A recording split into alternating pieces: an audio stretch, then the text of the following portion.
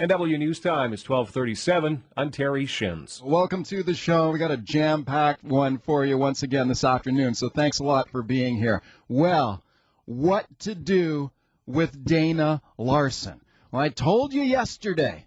The NDP would not let marijuana activist Dana Larsen run for leader of the party. I told you the hammer would come down on Dana Larsen. Now, we all know that Dana kind of likes to get hammered. Just check out his YouTube video where he smokes about 50 joints all at the same time. It's unbelievable. It's like Ripley's Believe It or Not stuff. It's amazing. Check the YouTube link on my blog at theprovince.com. But this time, Dana got hammered by Moe Sihota, the president of the NDP, who said Dana is ineligible to run for leadership of the party.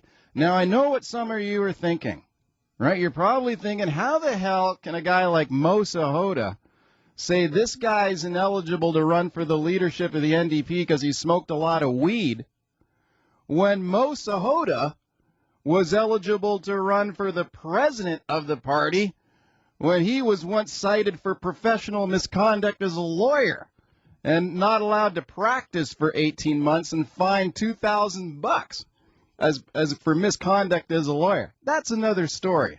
Maybe we'll get Moe on to talk about it. Although Moe doesn't really like to talk too much. It used to be we couldn't shut him up. Now Moe talks about as much as Mr. Bean. But he did break his vow of silence yesterday to come out and say, you know what, this guy, Dana Larsen, this marijuana activist, he's ineligible to run for the leadership of the NDP. Well, you know what's going to happen? The Free Dana Larsen movement will begin. I'm already getting emails from people. The chatter's already begun in places like Facebook and Twitter.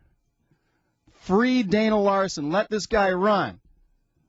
Hell no, Moe. You can't blackball Dana Larsen. This guy should be allowed to run for leadership of the NDP. That's what people are going to say.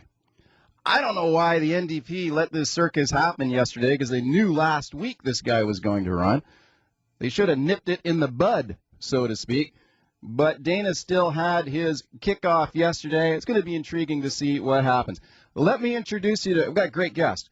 Here is another former NDP candidate on the federal level who's experienced much of the same thing that Dana Larsen's going through right now. His name is Kirk Tousaw. He's a social justice lawyer, executive director of the Beyond Prohibition Foundation. Kirk. Mike, thanks for having me on. It's great to talk to you again. Tell me now, back in 2008, you and Dana Larsen, you were both federal NDP candidates. That's right. That's correct. And you got bounced too, right? Well, I resigned in order to not cause a distraction to the party as a result of a YouTube video showing me participating in essentially what is a wine tasting or a beer tasting event, but associated with marijuana instead. Right. You were the judge in a marijuana contest. Well, it was a tasting event, but essentially, yes, that's right. It occurred. The video was made when I was assisting the BC Marijuana Party with its 2005 provincial election campaign, and I suppose it came as a surprise to people that somebody working with Mark Emery and the BC Marijuana Party might occasionally consume marijuana. What a shock! Yeah, tell me about so it. How did that all go down? Jack Layton call you up and say, "Hey, you're gone," or what? No, I didn't have any conversations with Mr. Layton.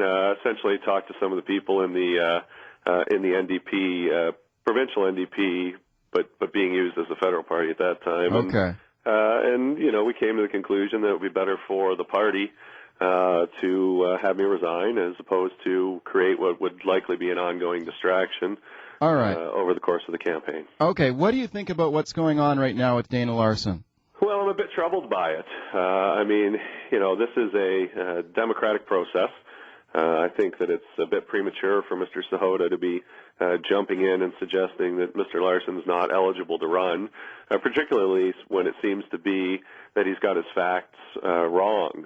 He suggested that Mr. Larsen was deemed ineligible to run back in 2008. That's not the case. Mr. Larsen withdrew from the race for essentially the same reasons as I did, for the good of the party and to avoid creating a distraction. But at no time, to my understanding, was he deemed ineligible to run.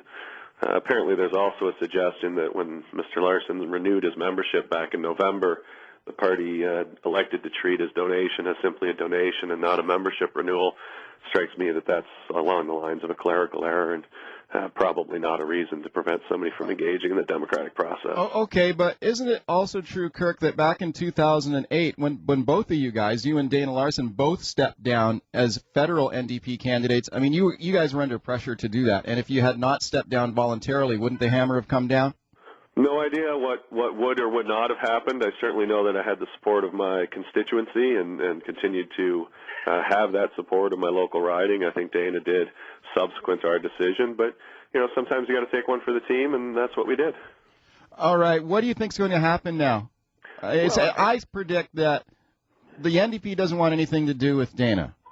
And they're essentially going to blackball him, and they're going to say, no, you can't run. Well, I certainly hope not. I mean, I have a lot of faith in the people in the NDP and their commitment to democratic values, and it seems to me that, if you've got people that want to become active politically, that have a desire to participate in the political process, we need to be encouraging that. Whether or not you particularly agree with the individual's lifestyle choices or past lifestyle choices or political planks, it's really up to the membership of the NDP to decide whether they want Mr. Larsen to be the leader. Not the upper echelon. Have you talked to him?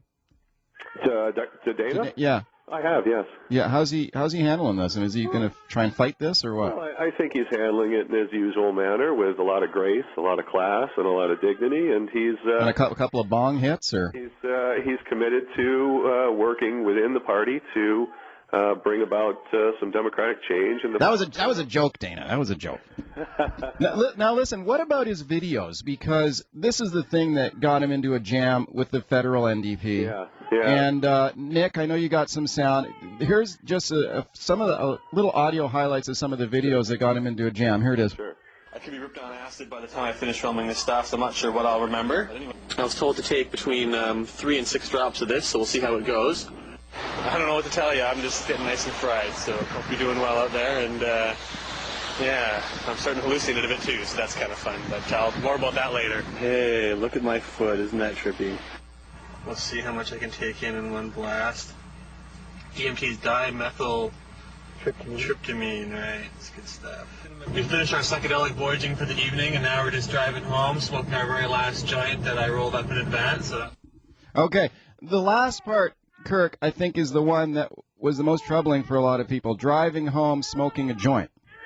Well, I haven't seen the video in a while, but I don't remember the joint actually being lit. But, I think it's important to remember at the time Mr. Larsen made those videos, he was a younger man. He was engaged in putting together a sort of a documentary of the use of LSD for an internet television station. And, oftentimes there's a fair bit of sensationalism in those types of things. It's fascinating, though. If people watch the whole video, I think they do get an interesting perspective on what LSD is a particular substance, what effect it has on the user.